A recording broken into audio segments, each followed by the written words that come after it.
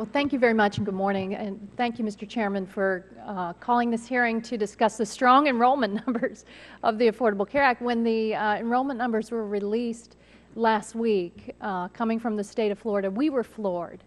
About 1 million Floridians signed up under the Affordable Care Act. This far exceeded our expectations. We thought 600,000, 700,000, but to get to about 1 million signed up, that doesn't include the about 300,000 children that signed up under children's health insurance, or our disabled neighbors, or children under Medicaid.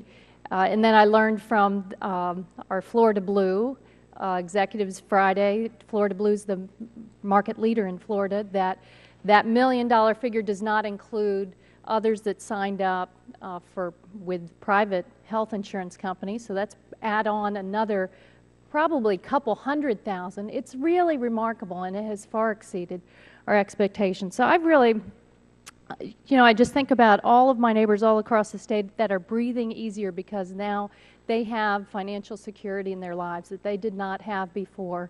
And I want to thank all of our navigators, the insurance brokers, many of the insurance companies that were out providing information, all of our community outreach partners.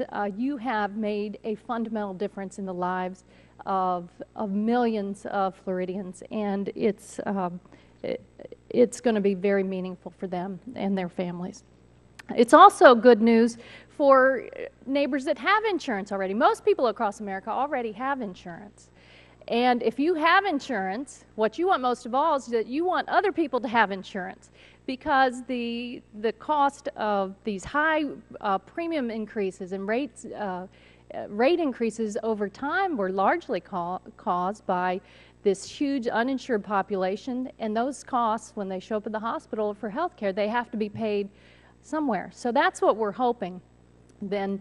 And we've heard time and time again the scare tactics here, and we'll see what happens with premium increases. But do we want to go back to the double-digit consistent premium increases of the past? I don't think so. So this is the way that hopefully over time we will be able to stabilize the marketplace. And I think my colleague Congressman Tonka was right. I think my Republican friends now are in danger of sounding like they are opposed to people taking personal responsibility and having health insurance. People need to have health insurance to maintain their quality of life, to make sure they don't go bankrupt.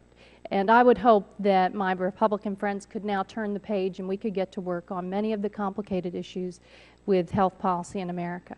Now, one of my Republican colleagues' favorite attacks on health care reform is that it will cause people to lose their doctors. Now, you have to say, okay, even in Florida, where you have over 1 million people now that have health insurance, they're going to be able to see a doctor, 8 million nationwide. But this is especially bizarre coming from Republicans because they have long opposed any policy proposals to broaden networks. They have fought efforts to increase reimbursement for primary care providers who serve Medicare and Medicaid patients.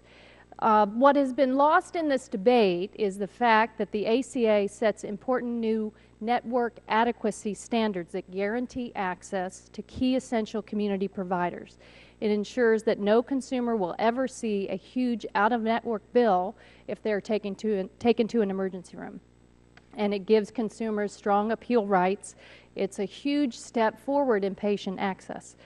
Mr. Pratt, can you give us some context here? Providers and insurance regularly negotiate rates and determine who will be inside of a network. Isn't that correct?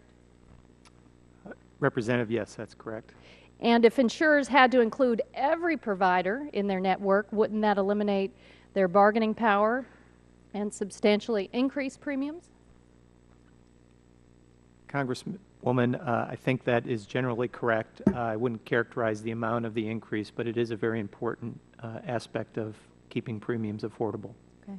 Can these high-value networks improve care coordination and move us towards a system where we pay for quality rather than quantity in our health care system?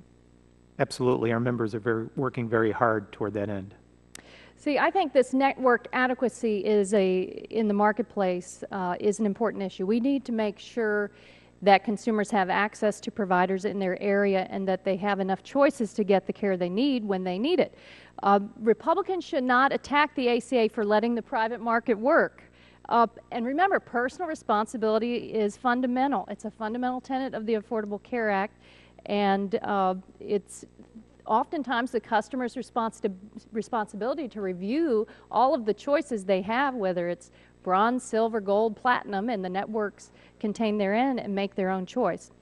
So the law sets key new standards and provides important protections, but insurers and providers will continue to negotiate to ensure sufficient access at fair prices. Thank you very much. I yield back.